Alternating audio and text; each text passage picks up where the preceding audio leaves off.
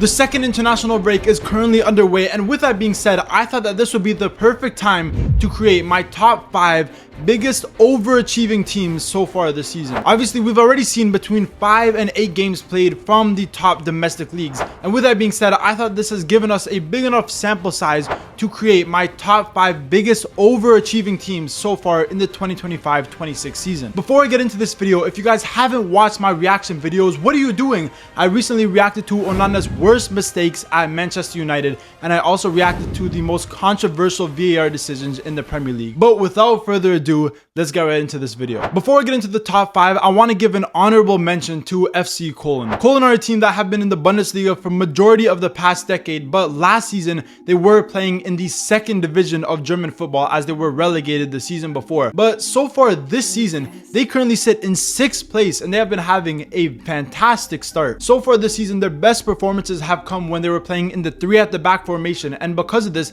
they've been conceding a lot less goals than majority of the other relegation teams. And for a team that was in the second division last season to currently be sitting in 6th place, possibly in the Europa League spots, that's very, very impressive. Moving into 5th place, I have put Sunderland. I didn't want to say it, but I called it at the start of the season. I said that Sunderland would have a very impressive season. I did not think that they were going to get relegated, and instead, I thought they definitely had a chance to finish in the top 15, maybe a slight chance to finish in the top 12, but currently they sit in 9th place and they look very, very impressive. So far this season, from their first 7 matches, they've already gotten 3 wins, 2 draws, and also 2 losses.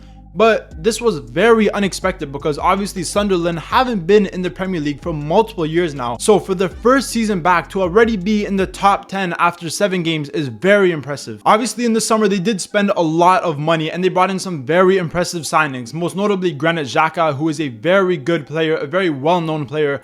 But even some of the other players they brought in, some youngsters in Kemsden Talby, Adingra, they also brought in some more experienced players as well. And I think that bringing in these players to cover multiple positions across the pitch, including the attack, the midfield, and the defense, was a very smart move by Sunderland. Honestly, I definitely think they can finish in the top 15. I do not think they will get relegated, and I think they've definitely been overachieving this season. Moving on to 4th place, we got Elche. Elche are a team that for the last 2 seasons, they have been playing in the second division of Spanish football, but currently in their first season back to the La Liga, they sit in 7th place and they are tied with Atletico Madrid in 5th place. They've already got 13 points from 8 games, which is incredibly impressive, having gotten 3 wins, 4 draws, and only 1 loss so far. They were one of the only undefeated teams in the La Liga. Elche have a squad value of around 65 million euros. That's it. And for them to still be competing with the top teams in the La Liga is crazy. I don't think anyone expected this. And in their first 8 matches, we've already seen them verse some very, very tough La Liga oppositions.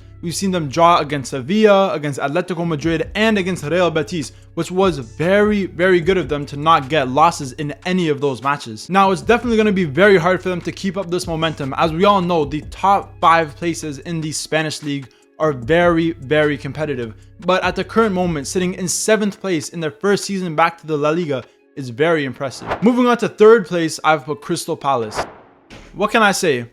Crystal Palace, before the last match day against Everton, were undefeated in 19 games. Bro, Oliver Glasner is crazy. They have an incredible team, and over the last few seasons, we've seen them lose key players. They lost Michael Olise, who's doing incredible at Bayern Munich. They obviously more recently lost Eberici Eze, who's doing fantastic at Arsenal. But even with losing these star attackers, they're still playing incredible. They're still defensively very solid, very compact, and in the attack with players like Mateta and their other attackers, they're still scoring goals. And what's even more scary about Crystal Palace is their away form has been very good this season. Now, obviously, they did recently lose to Everton, but before that, they have won every away game so far this season and scoring multiple goals in every game as well. Obviously, for the majority of the season, they have been playing in the 3 at the back formation, and we know that this formation can be a little bit risky depending on the manager, but Oliver Glasner seems to make it work. His defensive-minded players are incredible in the midfield with Kamada and Wharton.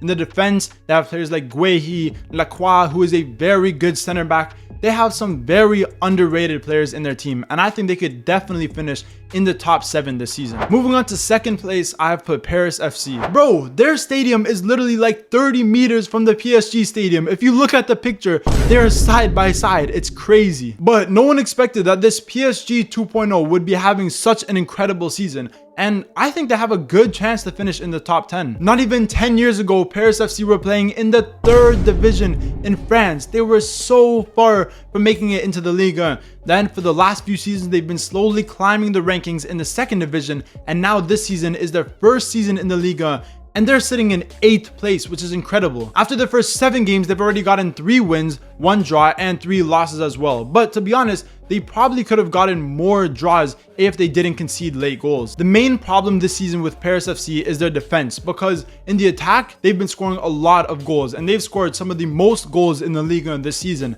But defensively, they've conceded the 2nd most goals in the Liga, having conceded 13 goals in their first 7 games, which is not very impressive. But I think if they can get their defensive lineup right, their defenders can start performing to the level that they should be performing at, they can definitely make it even higher in this ranking, because their attackers are scoring loads of goals, their wingers, their striker already have multiple goals each this season. So I think they could definitely finish in the top 10 if they make some of the necessary changes. And finally, the biggest overachieving team so far this season is AFC Bournemouth. Bro, I did not think that Bournemouth were going to play this good this season. I remember in my Premier League prediction video, I predicted them to finish in the bottom half of the Premier League. And the main reason for this is because they lost their whole defense. They lost Barney, they lost Huijsen, they lost Kirkez, they even lost their goalkeeper, Kepa.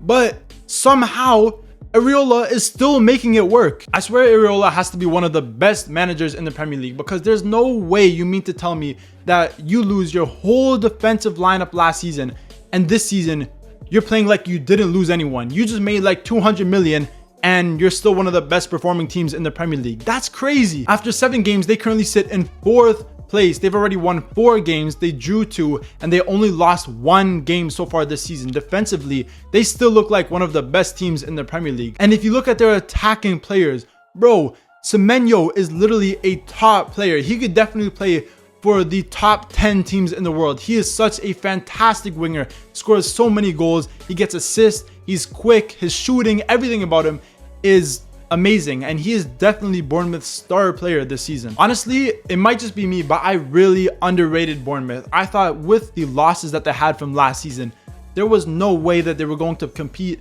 on the same level that they did last season, but they look even better. And it's crazy to say, their attack is playing fantastically, the midfield is solid, and defensively they still look good. It almost looks like they didn't lose anyone. If Bournemouth continue to play like this, I think they could definitely make a run for the Conference League and maybe, possibly, even the Europa League spots. And that is the end of this video, where I gave you guys my top 5 biggest overachieving teams so far this season. If you guys agree with the teams I chose, remember to leave a comment down below. But obviously, if you disagree or you think I might have left out a team that has been performing much better than expected this season, remember to leave your top 5 list down below, and I'll be sure to reply to every single comment. And obviously, if you enjoyed this video and you're enjoying the videos on my channel, remember to leave a like, comment, subscribe, all that good stuff, and stay tuned for more videos.